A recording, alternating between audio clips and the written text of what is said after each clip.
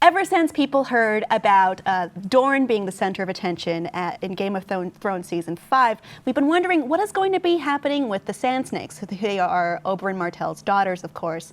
And we have actually a closer look at them in this video about weaponry and blacksmithy in Game of Thrones.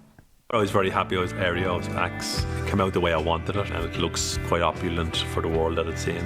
Design-wise, it's just, I knew where I wanted to go with it, with the filigree and the dressing, and obviously with the Dorne snakes. We've done whips before, but they've been sort of not plain, but quite straightforward. So this year I wanted to take over the whip scenario and design then basically a snake intertwining the handle. So it's all about the snake, and then obviously the whip coming out of the snake's mouth. So Tyene, again, has a double daggers.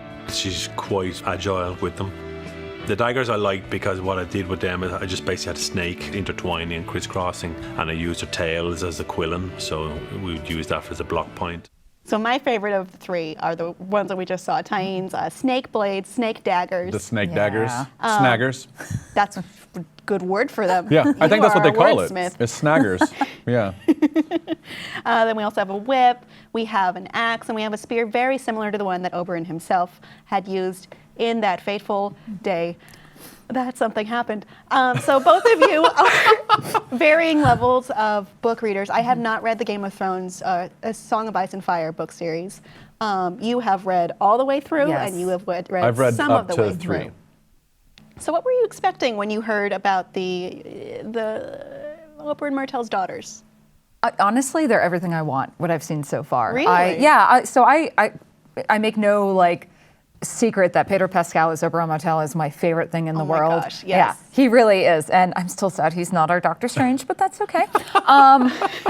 We can talk about that later. But he would have been a great Doctor Strange. He would have been. He would be great at anything. It's true. Like, let's be real. And they can just bring him back. They can have him as another character in Game of Thrones. It's just keep him coming back. But his daughters so far, I think the casting's been great. They have obviously deviated from the books. I hear their birth mothers are different. And like some characters that should be there are not there. Yeah, but they've done that in the past where they've kind of rolled a couple characters. I mean, it's such a large cast already. You can't have...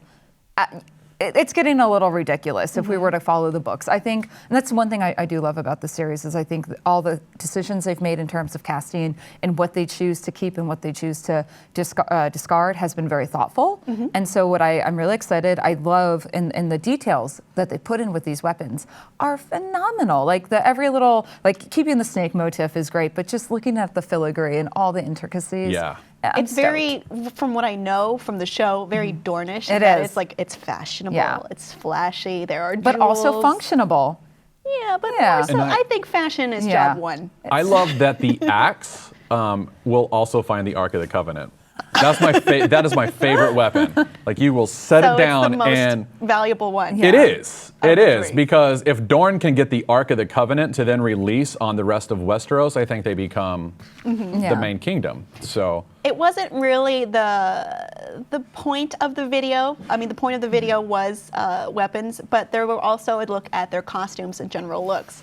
Is this what you imagined? I mean, I don't have a point of reference because I did not read the books. Well, so I actually have 2 of the art books, and they're done from various artists, and they're really great. And they do kind of make them a little bit more scantily clad. But I love it because, I mean, they're in a desert, like arid environment. Of course, they're going to be like silks and half naked. And I'm super excited to do Nymeria's costume now. After looking at them, like, I want to get into like a hot pole dancer shape so I can rock that. I love that they've kept like the colors, like the Oberon's, overall like golds and yellows, and they've brought those through into his daughters. I don't know. I love the costuming. They make me happy.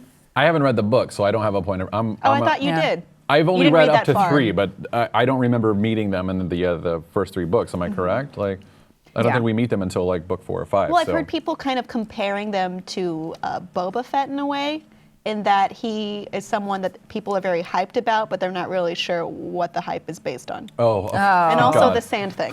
I thought you were going to say they fall into a Sarlacc pit. And then they fall into a Sarlacc pit, and then I don't remember seeing those in the books, but I don't know. I think it's great. I think that the problem is when you're a fan of a medium and you see it brought out in another way, things are going to change. You just kind of have to roll with it unless it's really something truly terrible. I think that's something that happens in every adaptation from book to film or television, no matter what happens. And then we see, there are so many details you want to see make it to the final product, but obviously you can't make it happen unless you're doing, a 16-hour show, which why aren't you, huh?